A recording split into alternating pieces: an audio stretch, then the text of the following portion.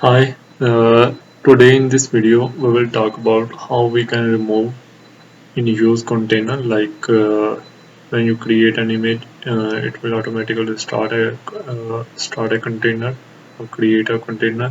So in this video we will talk about how to check uh, currently running containers and how we can remove container that is not in use.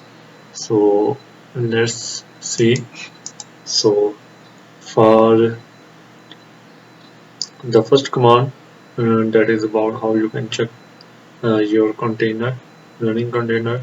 So you have to write docker. Yes, it will show me the container. So currently we do not have any container in use. Let's check our uh, docker ps dash a.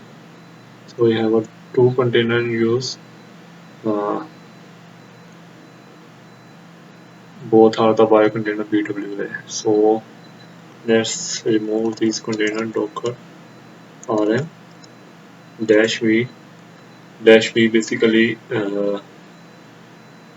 delete any volume associated with the containers, and then dash f that forcefully remove or stop the container.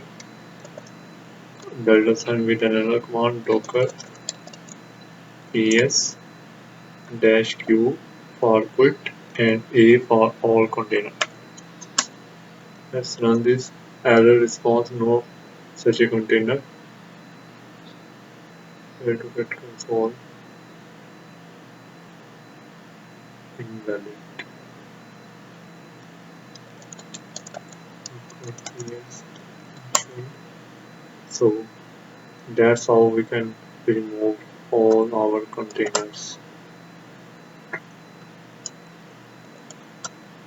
This is not an error, this is just a uh, message under invalid. Okay, that's all for this video.